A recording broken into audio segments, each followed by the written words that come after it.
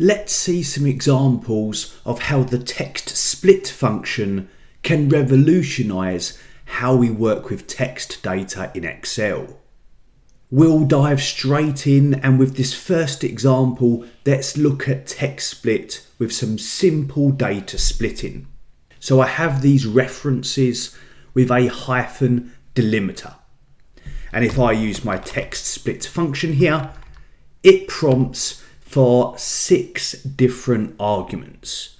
A little daunting for some, but we simply provide it with the text to split, the column and or row delimiter, how to handle consecutive delimiters, whether to include empty cells or not, case sensitivity, do we match the case or not, and then how to handle missing values. What do we pad that missing value with? And for most cases, we won't need those final arguments. For example, here, I can simply select the text and enter my comma delimiter as the hyphen.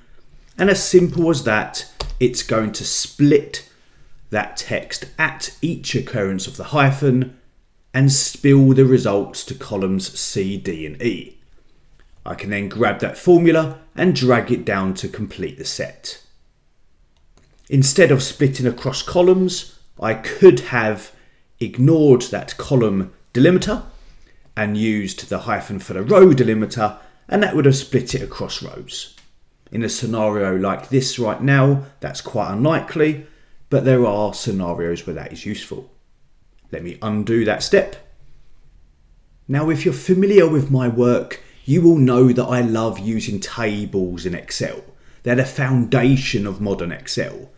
And because TEXTSPLIT here is spilling results to the grid, and we can't spill results in a table, this exact usage of TEXTSPLIT is not one that you generally see.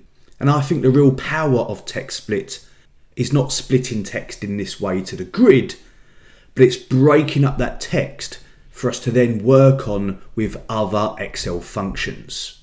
And we're going to see examples of that in this video. Before we get to more exciting examples of TEXTSPLIT, here I am with the same data, but this time I only want to extract the office.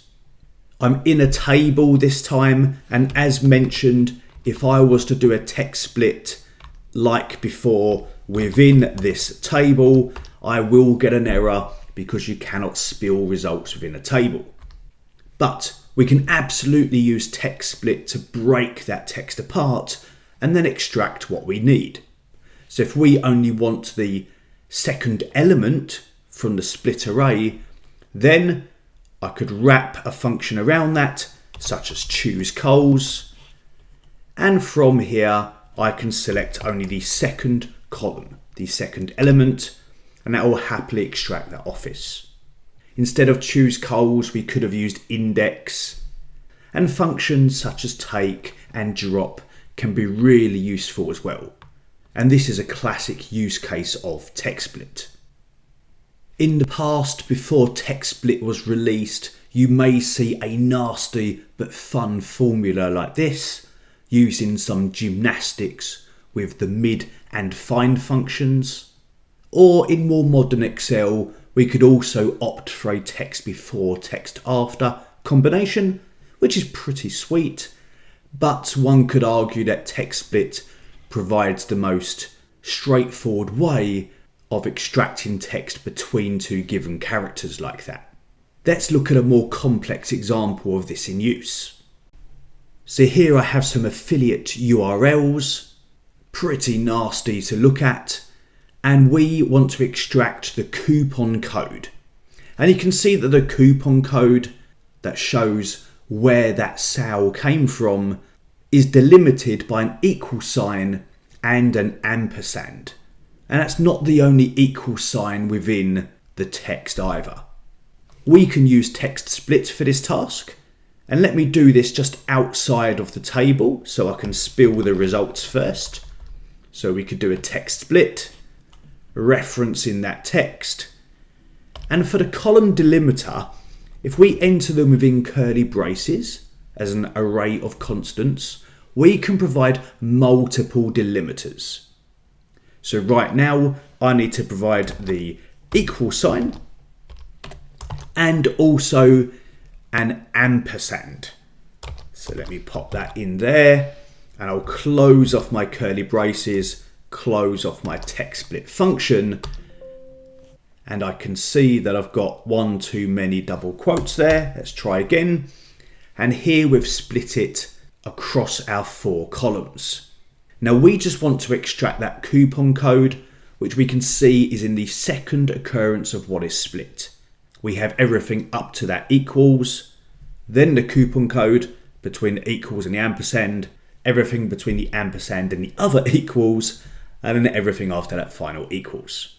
And as long as this is consistent, some data can be more awkward than this, I can take that formula and use it within my coupon code here. Don't need to reference the table anymore. And what we'll do is just wrap maybe index around this time. Choose Coles is absolutely fine for this task, but I love an excuse to show index, my favourite Excel function. And I'll bypass the row num argument for a column num, and that would be column 2. And now index is extracting that second element from what is split there, all of our coupon codes, which we can now proceed to analyse using pivot tables or pivot by functions and all that fun shenanigans.